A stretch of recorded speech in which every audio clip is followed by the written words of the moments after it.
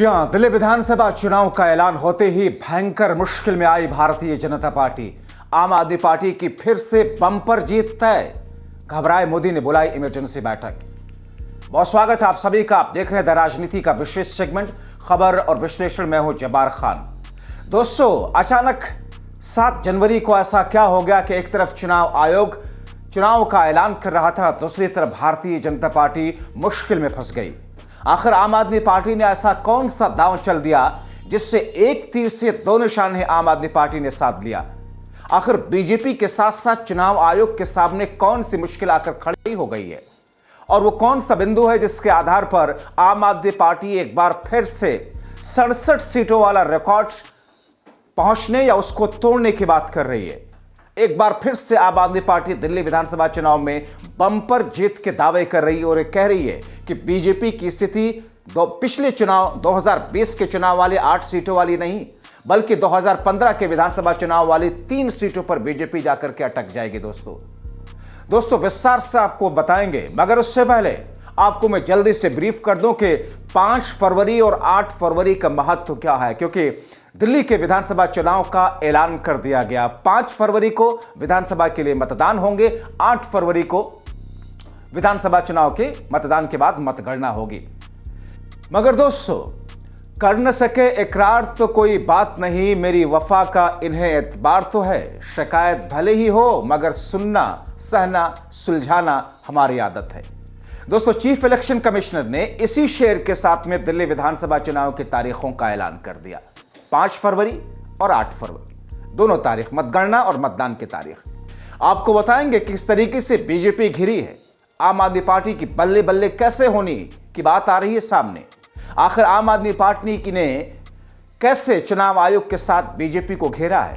मगर उससे पहले आपको बताएं कि आम आदमी पार्टी ने दावा किया कि एक तरफ चुनाव आयोग तारीखों की घोषणा कर रहा था, इस बीच में आम आदमी पार्टी का परिवार और बढ़ गया और मजबूत हो गया, क्योंकि एक बड़े नेता ने आम आदमी पार्टी इस बीच में ज्वाइन कर लिया।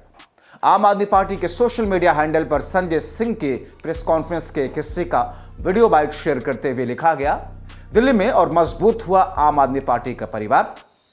एक बड़े नेता और उनके धर्मपत्नी पूर्व निगम पार्षद ने आम आदमी पार्टी ज्वाइन कर ली है। संजय सिंह जी की मौजूदगी में आम आदमी पार्टी की सदस्यता उन्होंने ग्रहण की है। क्या कहा इस मौके पर संजय सिंह ने, वो पहले सुन लीजिए। सभी पत्रकार बंधुओं को नमस्कार। ये आम आदमी पार्टी के लिए बहुत खुशी की बात है कि पालम विधानसभा क्षेत्र से चुनाव लड़ चुके, बहुजन समाज पार्टी से चुनाव लड़ चुके और जिनको 25,000 वोट विधानसभा के चुनाव में हासिल हुआ था, ऐसे हमारे मजबूत साथी मदन मोहन जी, अपनी पत्नी जो निगम पार्षद रही हैं 2 बार की, सुदेशवती जी, दोनों लोग आज आम आदमी पार्टी परिवार में शामिल हो रहे हैं। इनके आने से न सिर्फ पालम विधानसभा क्षेत्र में बल्कि दिल्ली के अंदर आम आदमी पार्टी को मजबूती मिलेगी। बहुत पुराना राजनीतिक परिवार है इनका, स्वयं से ये चुनाव लड़ चुके हैं विधानसभा का। उसके बाद इनकी पत्नी 2 बार निगम पार्षद रही हैं। एक बार निगम पार्षद के चुनाव में 17,000 वोटों से 2012 में वो जीती हैं। तो मैं पूरे विश्वास और भरोसे के साथ ये कह सकता हूं कि पालम विधानसभा क्षेत्र में भारी बहुमत के साथ आम आदमी पार्टी की विजय होगी। वहां से हमारे कैंडिडेट हैं जोगेंद्र सोलंकी जी के प्रयासों से, पवन शर्मा जी के प्रयासों से आज ये आम आदमी पार्टी परिवार में शामिल हो रहे हैं। मैं हृदय की गहराइयों से मदन मोहन जी का और उनकी धर्मपत्नी जी का स्वागत करता हूं, अभिनंदन करता हूं। तो दोस्तों, ये बात रही आम आदमी पार्टी की मजबूती की। मगर इस बीच में दिल्ली पुलिस के एक अधिकारी का एक ऐसा वीडियो सामने आया जिसमें वो पूर्व स्वास्थ्य मंत्री सत्येंद्र जैन को लेकर के जो कुछ कह रहे हैं और जिस तरीके से वो सत्येंद्र जैन के साथ ही बात कर रहे हैं, उससे यही लग रहा है कि वो आम आदमी पार्टी को वोट देने की बात कर रहे हैं और आम आदमी पार्टी को पुलिस विभाग से भी वोट दिलवाने की बात कर रहे हैं। दोस्तों, मैं आपको वीडियो दिखाऊंगा, क्योंकि वीडियो में वो शख्स जिस तरीके से कहते हैं खुश होकर के कि मैं अपने भाई का इलाज कभी नहीं करा सकता था, आपकी सरकार ने लीवर इंस्टीट्यूट का 15 लाख रुपयों का बिल भरा, मेरे भाई की जान बची। अब नौकरी रहे या रहे ना रहे, नौकरी जाए या चली जाए, मुझे उससे परवाह नहीं। यानी कि सीधे सीधे वो कह रहा है कि अगर सरकार को ऐसा लगता है, गृह मंत्रालय को, चूंकि दिल्ली की पुलिस गृह मंत्रालय के अधीन है, अमित शाह के मंत्रालय के अधीन है, ऐसे में वो शख्स ये कहता है कि अगर मेरी नौकरी रहे तो रहे, अगर जानी हो तो अभी चली जाए, मगर मैं आपका आभारी हूं और रहूंगा।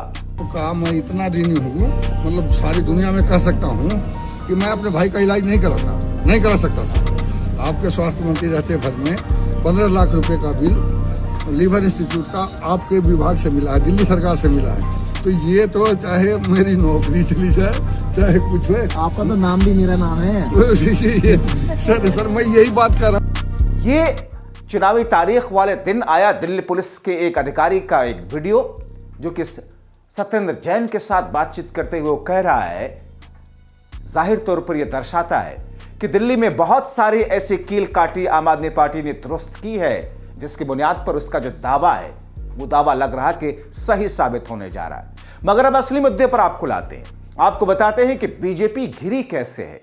एक तरफ चुनाव आयोग चुनाव की तारीखों का ऐलान कर रहा था और दूसरी तरफ बीजेपी और चुनाव आयोग पर उठने वाले सवालों से आम आदमी पार्टी ने बीजेपी को बुरी तरह फंसा दिया। संजय सिंह ने सबूत दिखाए, कहा किस तौर पर चुनाव आयोग को अपने सत्ता पक्ष के उस दायरे में रखते हुए, प्रभाव में रखते हुए बीजेपी ने जिस तरीके से यहां पर खेल किया है, खास तौर पर कई सीटों का जिक्र करते हुए, जिसमें अरविंद केजरीवाल की विधानसभा की सीट है, जिसमें आतिशी की विधानसभा की सीट है, और खास तौर पर वो वोटर जो गैर बीजेपी वोटर हैं, ये सबूतों के साथ में वो आरोप लगाते हुए दिख रहे हैं कि बिना एप्लीकेशन दिए हुए लोगों के नाम कैसे काटे गए हैं वोटर लिस्ट से। इस पर भारतीय जनता पार्टी ने जो खेल किया है, चुनाव आयोग खामोश है। हमने सवाल पूछा मगर चुनाव आयोग खामोश है। चुनाव आयोग मनमानी कर रहा है, चुनाव आयोग भी इस साजिश में शामिल है। इस पर वो कहते हैं कि अब आने वाले दिनों में, यानी कि अब तारीखों का ऐलान हो चुका है, जनता इसका पूरा हिसाब लेने जा रही है। दोस्तों, संजय सिंह ने और दूसरे क्या सबूत पेश किए हैं कुछ घंटे पहले का मेरे वीडियो को आप विस्तार से जाकर के देख सकते हैं। 5 जनवरी को मगर उन्होंने संजय सिंह ने किस तौर पर हुंकार भरी, क्या कुछ कहा, क्या कुछ सबूत दिखाए, वो सुन लीजिए। तो ये चुनाव आयोग के नाक के नीचे इतना बड़ा घोटाला हो रहा है नई दिल्ली विधानसभा क्षेत्र में, जहां के विधायक अरविंद केजरीवाल जी हैं। और क्या यह बात केंद्रीय चुनाव आयोग को नहीं दिख रही है? क्या यह बात सीईओ को नहीं दिख रही है? क्या यह बात जो यहां के जिला निर्वाचन अधिकारी हैं, डीएम जो हैं, उनको नहीं दिख रही है? मैं वहां बातचीत करने भी गया था, राघव जी भी साथ में थे उस समय। उनके जो जवाब थे वो बड़े हैरान करने वाले थे। कह रहे थे, साहब जिन लोगों ने नाम कटवाने के लिए एप्लीकेशन दी है, हम उनका नाम उजागर नहीं कर सकते। हमने कहा यह बहुत अच्छी बात है, जिनका नाम कट रहा है उनका नाम उजागर हो रहा है, सबको पता चल रहा है भाई इनका नाम कट रहा है। जब वो लोग ऑब्जेक्टर हियरिंग पे आते हैं तब वो अपना चेहरा सामने लेके आते हैं, हम उनकी शक्ल देख पाते हैं, अधिकारी उनकी शक्ल देख पाते हैं, पार्टियों के प्रतिनिधि वहां हियरिंग में मौजूद रहते हैं, वो उनकी शक्ल देख पाते हैं। उनसे पूछा जाता है आपने इनके नाम कटवाने के लिए एप्लीकेशन दी है? वो कहते हैं हाँ या ना। 11 में से 11 अब तक कह चुके हैं साहब हमने कोई एप्लीकेशन नहीं दी। तो जब हमने कहा कि भाई जब लोग खुद ही से कह रहे हैं कि हमने कोई एप्लीकेशन नहीं दी, तो आप इसकी प्रक्रिया को खत्म कीजिए, बंद कीजिए, रोक दीजिए। कह रहे नहीं हम फिर भी चलाएंगे डिलीट करने की प्रक्रिया को। अब आप समझ रहे कितना बड़ा जिद और कितना बड़ा चुनावी घोटाला करने की मंशा है। हमने कहा कि भाई ये जो टेलीफोन आप करेंगे उस दौरान हम लोगों के एक कोई प्रतिनिधि वहां पे बैठे रहे। नहीं साहब, ये भी नहीं हो सकता।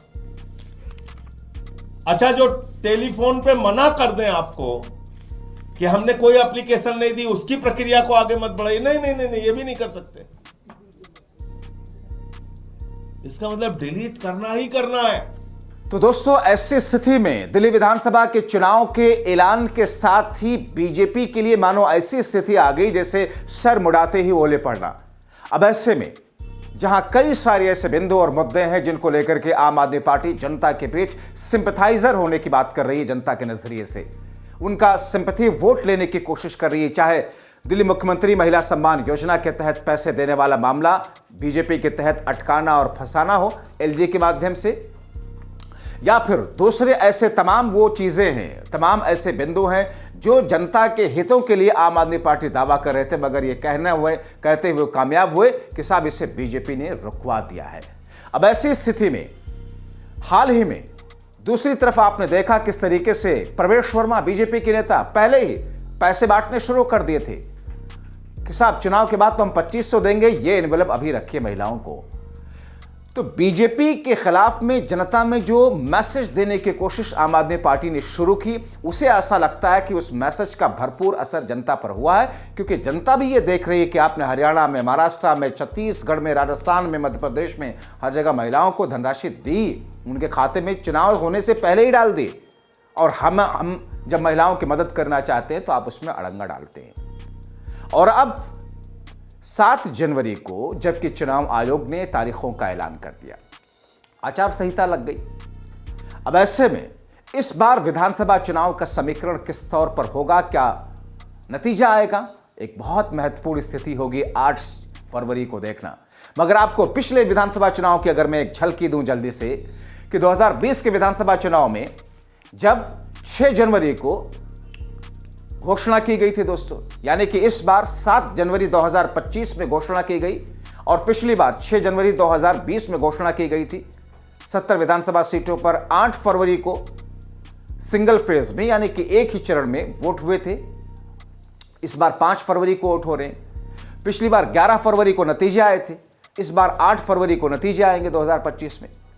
और उस चुनाव में पार्टियों की स्थिति की मैं बात करूं तो आम आदमी पार्टी ने 62 सीटें जीती थी 53.57% वोट के साथ में। बीजेपी महज 8 सीटों पर सिमट गई थी, लेकिन वोट परसेंटेज बीजेपी का खराब नहीं था, 38.51% था दोस्तों। कांग्रेस का खाता ही नहीं खुला था, महज 4.26% वोट आया था। मगर अब भारतीय जनता पार्टी के खिलाफ आम आदमी पार्टी ये कह रही कि साहब हम करीब 54% वोट पर थे पिछले चुनाव में, बीजेपी 38% वोट पर थी। इस बार वो 54% बढ़ करके 60 तक जाएगा, बीजेपी 34 से घट करके, या बीजेपी 38 का जो उसका वोट परसेंटेज था वो घट करके और नीचे आ जाएगा। तो क्या जनता इस बार जो मन बना रही है उसके हिसाब से जो आम आदमी पार्टी के दावे हैं कि साहब 3 सीटों पर फिर से बीजेपी सिमटने जा रही है, ये देखना बहुत महत्वपूर्ण होगा। ऐसे में एक तरफ दिल्ली में बिगुल तो बच चुका है, आचार संहिता तो लग चुकी है दिल्ली में, मगर आम आदमी पार्टी यही दावा कर रही कि साहब बीजेपी की नैया फिर से डूब गई है, और ऐसी स्थिति में 67 सीटों के रिकॉर्ड को भी आम आदमी पार्टी तोड़ने जा रही है। ये दावा कितना सही साबित होता है, इसमें कितना दम है, आप तय कीजिए। फिलहाल अभी के लिए इस वीडियो में इतना ही। आपको वीडियो कैसा लगा अपनी राय कमेंट बॉक्स में जरूर लिखें। आपसे अपील, हमारे व्हाट्सएप चैनल को भी जरूर ज्वाइन करें, हमारे इस चैनल के मेंबर बने, बेल आइकॉन को भी दबाएं ताकि हर वीडियो आपको जल्द में मिल सके। बहुत शुक्रिया।